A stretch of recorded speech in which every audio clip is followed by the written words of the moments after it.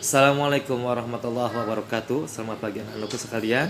Hari ini kita akan melakukan pembelajaran. Sebelum itu, mari kita bersama-sama mengawal pembelajaran ini dengan membaca basmalah. Bismillahirrahmanirrahim. Selanjutnya, pada materi ini kita akan membahas tentang pergerakan nasional. Pembelajaran ini kita akan bahas pada tema 7, subtema 1, pembelajaran 4. Untuk mengetahui lebih lanjutnya, mari kita perhatikan materi yang akan kita tayangkan sebagai berikut. Sebelum masuk ke materi pembelajaran, ada baiknya kita mengetahui tujuan pembelajaran ini. Yang pertama, dengan membaca, siswa dapat mengetahui peristiwa-peristiwa sejarah pada masa awal pergerakan nasional secara runtut. Yang kedua, dengan mengamati, siswa dapat memahami kondisi kehidupan masyarakat Indonesia pada masa awal pergerakan nasional di berbagai bidang secara tepat. Yang ketiga, dengan membaca, siswa dapat menyebutkan faktor-faktor yang membedakan suku bangsa satu dengan yang lainnya secara benar.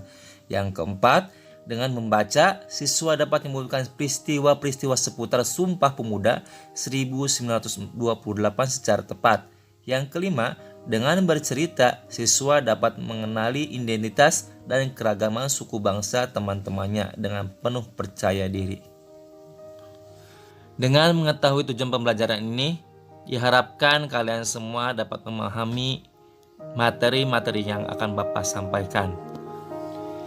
Pada pembelajaran kali ini, Bapak akan membahas tentang berbagai perlawanan bangsa kita terhadap para penjajah.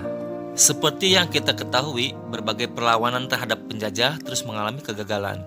Hal ini karena disebabkan perlawanan masih bersifat kedaraan. Kemudian lahir sistem pergerakan baru yang dikenal dengan kebangkitan nasional. Tahukah kamu, masa pergerakan kebangsaan dibedakan menjadi 3 masa, yaitu masa awal, masa radikal, dan masa moderat. Masa awal pergerakan nasional terjadi pada tahun 1900-an. Pada masa ini, lahir banyak organisasi pergerakan seperti Budi Utomo, Serikat Islam, Muhammadiyah, dan Indonesia Partis. Salah satu organisasi yang besar pengaruhnya terhadap pergerakan nasional adalah Budi Utomo. Pada hari Minggu tanggal 20 Mei 1908, Sutomo beserta kawan-kawannya berkumpul di Jakarta. Mereka sepakat mendirikan Budi Utomo yang berarti usaha mulia. Karena sebagai organisasi modern yang pertama kali muncul di Indonesia, pemerintah Republik Indonesia menetapkan tanggal berdirinya Budi Utomo diperingati sebagai Hari Kebangkitan Nasional.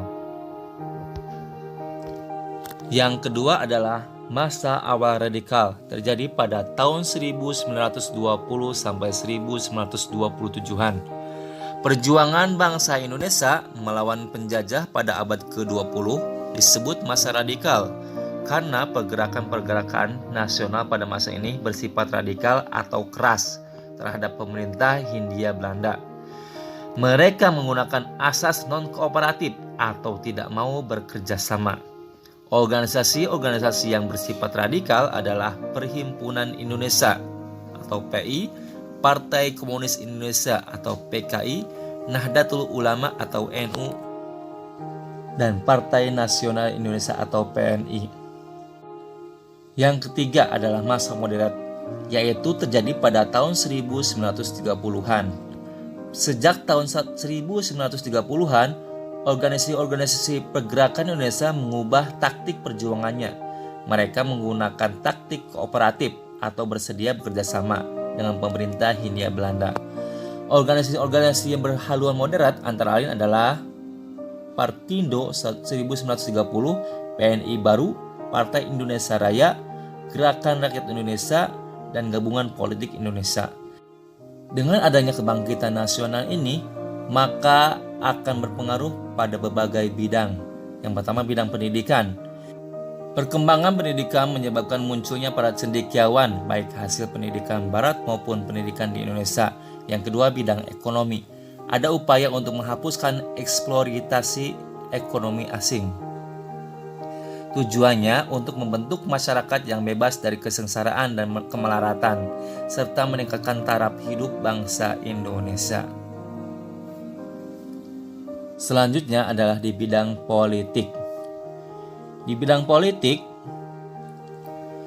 banyak munculnya organisasi-organisasi pergerakan yang menyuarakan aspirasi masyarakat pribumi yang telah hidup dalam penindasan penjajahan. Mereka ingin menghancurkan kekuasaan kolonial di Indonesia. Yang keempat adalah bidang sosial budaya, melakukan pembentukan identitas nasional seperti penggunaan nama Indonesia untuk menyebutkan negara kita. Sekian materi dari Bapak, kurang lebihnya mohon maaf. Wassalamualaikum warahmatullahi wabarakatuh.